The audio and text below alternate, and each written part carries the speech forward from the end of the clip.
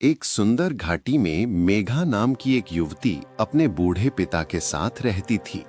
वो बहुत ही मेहनती और दयालु थी, लेकिन उनकी गरीबी के कारण उसके पास सुख सुविधाओं का अभाव था।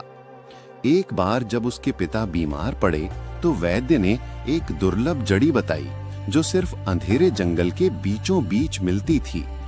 ये जंगल अपने जादुई और खतरनाक जीवों के लिए कुख्यात था।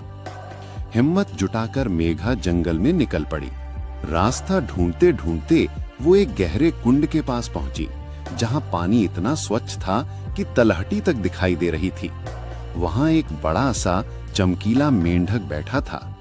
जैसे ही मेघा ने जड़ी की बात उससे कही, मेंढक ने आश्चर्यजनक ढंग से मानवीय भाषा में उत्तर दिया।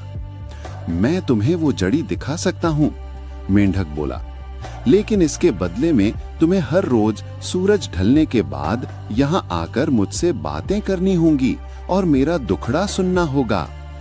मेघा हैरान रह गई, लेकिन पिता की जान बचाने के लिए उसने हाँ कर दी। मेंढक ने उसे जड़ी दिलवाई। उस दिन के बाद मेघा हर शाम कुंड पर आती। धीरे धीरे उसे एहसास हुआ कि ये मेंढक कोई साधारण प्राणी नहीं, बल्कि एक राजकुमार है जिस पर एक दुष्ट जादूगर ने श्राप डाला था।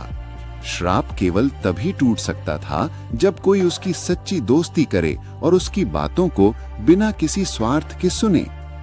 इधर मेघा के गांव के जमींदार का बेटा वरुण, जो शहर में पढ़कर लौटा था, मेघा की सुंदरता और अच्छे स्वभाव पर मोहित हो गया। उसने उससे शादी का प्रस्ताव भेजा।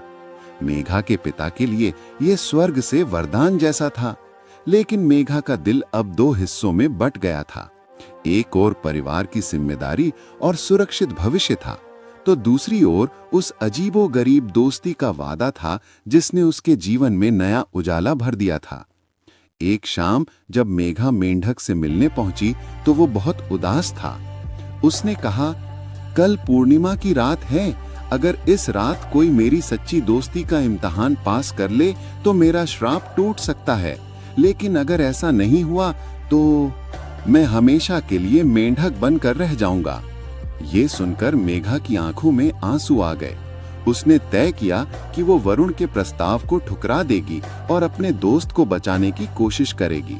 उसने मेंढक से वादा किया कि वो पूर्णिमा की रात उसके साथ रहेगी। पूर्णिमा की रात आई। मेघा कुंड के किनारे बैठी मेंढक को कहानियां सुना रही थी। आधी रात को अचानक जंगल में एक तेज रोशनी छिटकी और एक दुष्ट जादूगर प्रकट हुआ। उसने मेघा